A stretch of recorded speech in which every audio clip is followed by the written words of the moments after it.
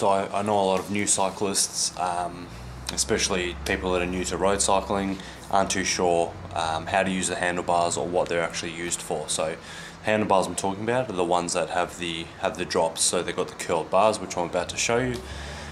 There's roughly about 3 positions you generally use on a road bike handlebar, and I'll go through them now and explain what they're all about.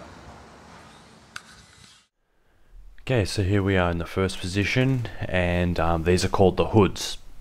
So they're the rubbery parts that you'll find on the top of the bars, and they allow you to reach the brakes, while at the same time you can also reach the gear shifters as well. So it's a great position for most riders, and I think most riders actually do spend 75 to 90% time on the hoods, because as I said, it's quite comfortable. You can reach the brakes, you can also reach the gear levers, and you can sprint from this position, you can relax from this position, you can basically do anything from that position. So it is a great position, and it's probably one of the more used positions on the road bike. So the next one we have here is the middle of the bars. Middle of the bars are good for relaxing, or when you're climbing, especially when there's no hazards around. Remember, in this position you have no access to your brakes or gear levers, so you really want to make sure that there's no hazards around and you're going at a slow pace. It is a good position to recover and just relax. It's also another great position to climb, because when you have your hands inwards together, you actually open up your chest to allow for better breathing. So yeah, definitely a good position. Just be careful, because you don't have gear access from this position without moving your hands from this position. So just be careful in this position, but it can be comfortable, and it can help you with climbing and recovering from an effort. So unlike the hoods, where you can actually use your brakes and gear levers. And so the next position we have here are what's called the drops. So the drops are the curled parts. From this position you have great access to your brakes most of the time, and access to your gear shifters as well. So this is a really good position when you're putting in an effort, going for a sprint, or you just need a more aerodynamic position. It's very helpful for that. So it allows for more aerodynamic position when you're putting in efforts. And as I said, you do have reached the brakes and the gear shifters from this position. So again, it is a good one. It's probably a really good one for descents, so coming down hills and stuff.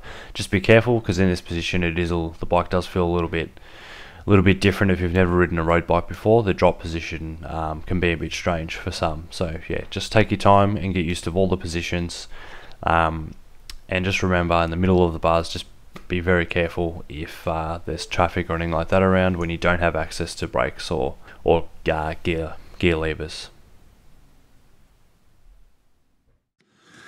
Okay, so in summing up, we have the tops of the bars, which are called the hoods, the rubbery parts. Great for everyday riding. You can access the brakes, you can access your gears. It's a comfortable position, and you can be ready for anything. So you can sprint from the hoods, you can sprint from the drops, whatever's comfortable for you, whatever's aerodynamic works. So then we have the middle of the bars, a great position for relaxing, or a great position for climbing.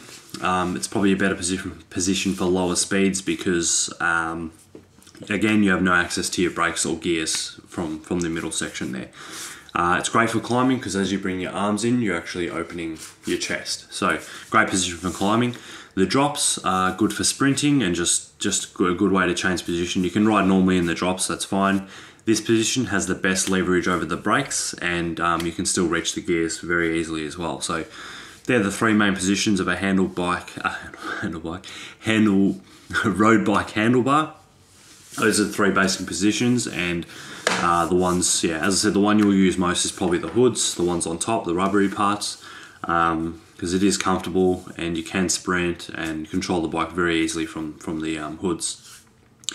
The drops may take a while to get used to. I know when I first rode the road bike, the drops felt really weird, just being down so low and holding onto these curled things. I don't know, it was just a really strange feeling, but once you get used to them, it's definitely a good position to chop and change to every now and then.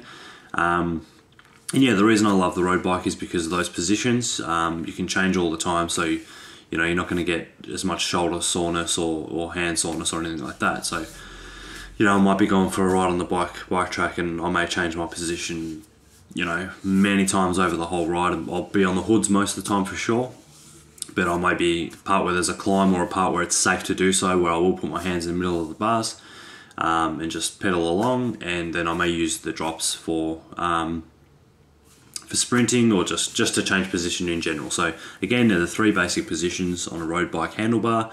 Hope you enjoyed, hope you learned something, and please subscribe and please share your comments in the comments section below. Thanks for watching.